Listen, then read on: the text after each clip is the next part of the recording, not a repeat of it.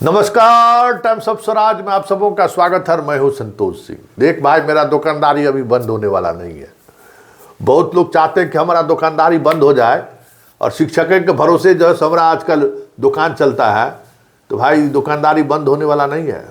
जिस तरीके से सिद्धार्थ जी काम कर रहे हैं ना, वैसे में समझिए कि मेरा टीआरपी भी बना रहेगा, मतलब खबर देखने वाले का, और खबर भी देते रहेंगे। अब बताइए, प्रधान शिक्षक का पोस्टिंग हुआ है, अब लिस्ट निकला नहीं कि हंगामा शुरू। सिद्धार्थ जी एक चीज बताइए, मेरिट कब पोस्टिंग होगा ना? आप 3 जिला का चॉइस मांगे तो उस चॉइस में जो है जिसका मेरिट है उसको पहले प्रमुखता दीजिएगा ना। कैसे पोस्टिंग की है? और पटना में तो गजब खेला हुआ है, मतलब जिसका 10,000 रैंक है उसका पटना में पोस्टिंग नहीं हुआ। 30,000 वाले को हो रहा है, 32,000 वाले को हो रहा है। एक ही कैटेगरी का है, बीसी कैटेगरी का। इसी तरीके से एक ईबीसी की शिक्षिका, उसको नंबर ज़्यादा आ गया, 60 नंबर आ गया, तो उसको अपना तीनों में से कोई चॉइस जो है, और 45 नंबर, जो 48 नंबर पर पास था शायद, 48 नंबर, और 48 नंबर वाले को अपना पहला चॉइस मिल गया भाई। तो मतलब क्या चाहते हैं? ये आप कहिएगा कि संतोष जी जो है सो सब बात में जो है सो मीन मेक निकालते हैं। हम काहे मीन मेक निकालेंगे आपके काम पर? आपको तो अब जैसे आज आपने कहा ना कि नामांकन के लिए जो है सो पखवाड़ा, हम भी पूरा उसको प्रचार कर रहे हैं कि भाई सरकारी स्कूल में नाम कैसे लिखाइए। और ये सिद्धार्थ जी आपका क्रेडिट है, इसके लिए आपको सैल्यूट कि किताब सब पहुंच गया। पहली बार ऐसा हुआ है कि सेशन के साथ किताब पहुंचा है।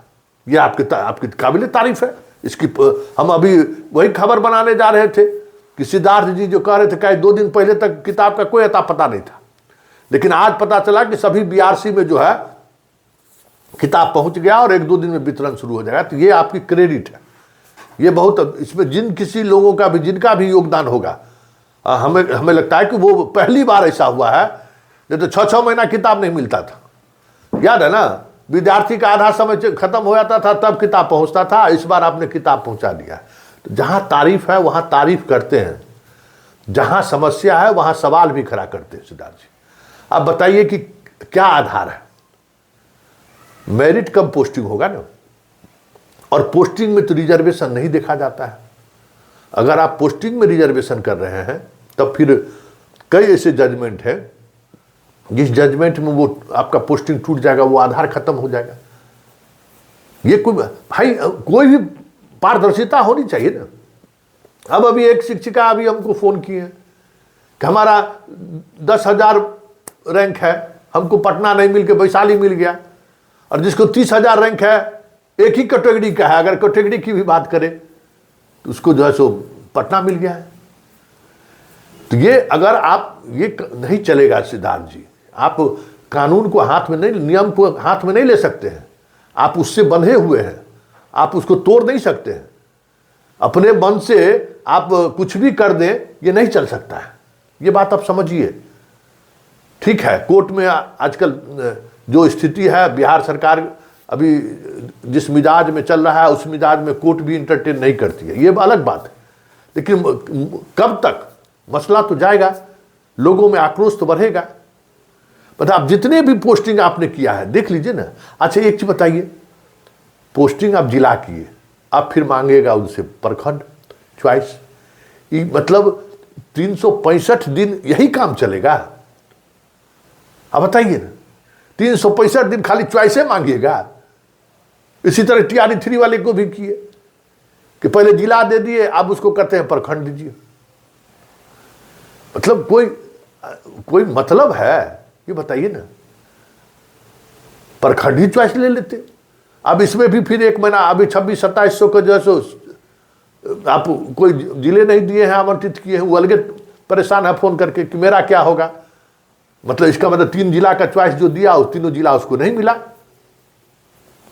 तो ये अगर हो रहा है तो ये बहुत ही ऑब्जेक्शनेबल है सिद्धार्थ जी, कि आप रिजर्वेशन, अगर पोस्टिंग में अगर आप इस तरीके की बात कर रहे हैं तब तो फिर बहुत मुश्किल है, सवाल उठेगा। क्योंकि आप बताइए, हम आपको उदाहरण दे रहे, ईबीसी महिला है और 60 नंबर से ज्यादा ले आई तो उसका जनरल में रिजल्ट हो गया और उसको अपना जिला नहीं मिला। आप समझ जाइए, अपना जिला नहीं मिला, और जिसको पास नंबर मिला है उसको अपना जिला मिल गया। तो मतलब SC ST हो, चाहे ईबीसी हो, बैकवर्ड हो, EWS हो, जो भी रिजर्वेशन कैटेगरी के जो लोग हैं, उस रिजर्वेशन कैटेगरी के लोगों की पोस्टिंग में अगर आप रिजर्वेशन का लाभ दे रहे हैं तब तो बहुत मुश्किल है। क्योंकि ये सवाल उठेगा और ये सवाल उठनी शुरू हो गई है कि कैसे ये संभव है। आप इसी तरीके से सक्षमता वाले के साथ भी आप यही किए।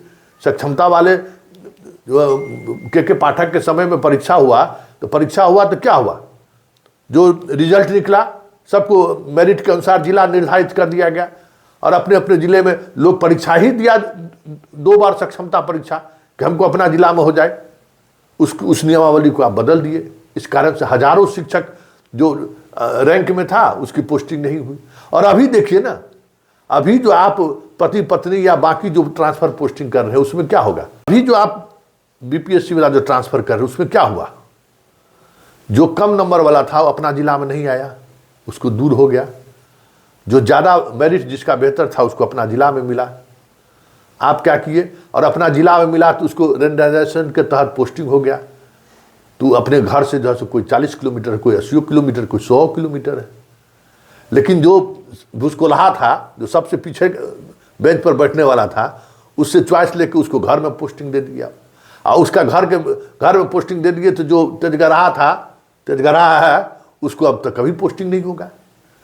तो भाई ये आधार, तो भाई मतलब गुनाह हो गया। बिहार में पढ़ना गुनाह हो गया, मेरिट में आना गुनाह हो गया। तो कि जितने मेरिट वाले लोग हैं आप गुनाह है, आप फेल हो, आप इतना ही नंबर लाते पिछला बेंच पर बैठने वाले, जब लाभ देने की बारी होता तो आपको उठा के पहला बेंच के पहले नंबर पर बिठा दिया जाता। यही हुआ है ना। तो इन सवाल सिद्धार्थ जी, ये बहुत जबरदस्त गंभीर सवाल है। बताइए, जो टैलेंटेड उसके समझ रहे हैं किस मनोदशा में चला गया होगा, किस ट्रोमा में होगा। एक तो इसी अपना जिला में है, 100 किलोमीटर जा रहा है पढ़ाने के लिए, सुबह 4 बजे जैसे उठ के चला स्कूल। कोई कि हर गांव में जैसे रहने का इंफ्रास्ट्रक्चर थोड़ी है, जिला के अंदर है तो 100 किलोमीटर 80 किलोमीटर लोग चलाएगा। लेकिन वो अपना जिला में इसलिए है कि वो मेरिट लिस्ट में ऊपर था, और जो मेरिट लिस्ट में सबसे पीछे था, जिसको 4 जिला 5 जिला बाद मिला उसको पोस्टिंग, अब वो अपना घर में आ गया। अब बताइए क्या मतलब, कितना कुंठित होगा शिक्षक लोग। अब आप समझ जाइए किस ट्रोमा से गुजर रहा होगा शिक्षक, समझ जाइए।